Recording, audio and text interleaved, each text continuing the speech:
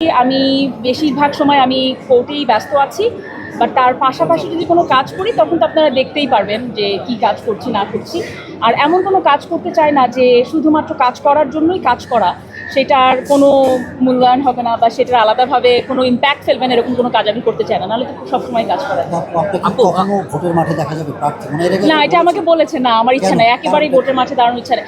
না, আমি অনেক কাজ করি, বুঝছেন, আমি অনেক কাজ করি। আমি আমার কোর্টে কাজ করি, আমার নিজের কিছু কাজ আছে, আমি আমার বাসায় আমার বাচ্চা আছে, আমার শ্বশুর বাড়ি বাবার বাসা মিলে আমার অত সময় হয় না, না হলে করতাম। কিন্তু শিল্পীদের সংগঠন কি আসলে কোনো কাজে লাগে? আমরা তো অবশ্যই শিল্পীদের সংগঠন কেন কাজে লাগবে না, শিল্পীরা আসবে, শিল্পীরা যখন, সেই কারণে তো বললাম যে একটা শিল্পীরা যখন সমস্যায় পড়বে শিল্পী সংগঠন তাদের উচিত সামনে দাঁড়ানো। তো শিল্পীরা যখন সমস্যায় পড়বে, শুধুমাত্র প্রেজেন্ট সমস্যা না, তাদের ফিউচারে কী কী সমস্যায় পড়তে পারে সেইটাও অ্যাকচুয়ালি মাথায় রাখা উচিত। কেন তাদের শিল্পীরা পাশে দাঁড়ানো? মবের সৃষ্টি হয়নি, মবের সৃষ্টি করার কোনো একটা ছেলে এরকম একটা কথা আমি দেখেছি।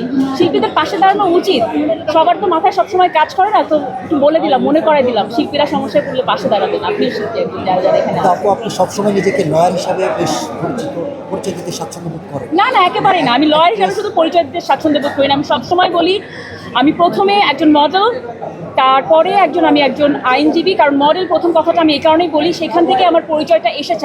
আমার যখন 16 বছর বয়স তখন থেকে আমি মডেলিং করি, তো সেই কারণেই আমার মডেল। এবং আর যেহেতু এখন মডেলিং কম করি এবং পাশাপাশি আমি সিনেমা করেছি, উপস্থাপনা করেছি, তো আমি এখন বলি আইনজীবী এবং মিডিয়া ব্যক্তিত্ব। অবশ্যই দুইটা প্রফেশনে, আমার নিজের প্রফেশন এবং দুইটা প্রফেশনকে আমি সম্মান করি সমানভাবে। ফ্যাশন র্যাম্প মিস করেন কিনা? র্যাম্প অনেক মিস করি, বিকজ র্যাম্প থেকেই তো আমার শুরুটা হয়েছে। দেখা যেত প্রতি সপ্তাহে 2-3টা করে আমরা শো করতাম, এখন তো এরকম করা হয় না, এখন মনে এত শো হয়ও না, তো সব মিলে অনেক মিস করি। এখন কেমন আছে আমাদের ফ্যাশন ইন্ডাস্ট্রি আসলে, মানে আমরা কতটা আগালাম? আগালাম নাকি পিছালাম জানি না। গ্রুমিং এর কথা বলছেন, আমি মাঝখানে গ্রুমিং বেশ কিছুদিন করিয়েছিলাম, পরে আমার সময় স্বল্পতার অভাবে আর করানো হয়নি।